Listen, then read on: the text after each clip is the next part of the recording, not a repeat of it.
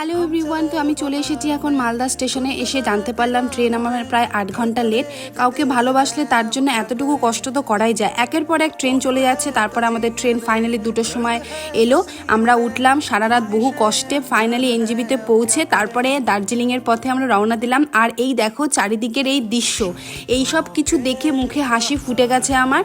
আর সারা রাতের যত কষ্ট ছিল সব ভুলে গেছি। তারপর প্রথমেই ঢুকে একটু চা নিয়ে নিয়েছিলাম, কারণ এত বৃষ্টি ছিল যে বেশ ঠান্ডা লাগছিল। দেখো আমি অলরেডি গায়ে চাদরও গায়ে নিয়ে নিয়েছিলাম। তো এদিকে আমাদের তারপর ব্রেকফাস্টে দিল হচ্ছে আলুর পরোটা আর একটু রুটি নিয়েছিলাম, দুটোই খেয়েছিলাম একটু করে। তারপরে হোটেলে ঢুকে ফ্রেশ হয়েছিলাম। ভিডিওটা আর কন্টিনিউ করতে পারিনি কারণ প্রচণ্ড বৃষ্টি ছিল। তারপরে বিকেলবেলা বৃষ্টি থামার পর মল রোডে বেরিয়ে একটু শপিং করেছিলাম। আর ফার্স্ট টাইম আমি গ্লিনারিজে বসে কিছু খেতে পেরেছি, এটা আমার কাছে বিশাল আনন্দ। তো তোমাদের কার কার গ্লিনারিজ নিয়ে কী কী এক্সপিরিয়েন্স আছে আমাকে অবশ্যই কমেন্ট বক্সে জানিও। তো আজকের ভিডিওটা এখানে শেষ করছি, চলো।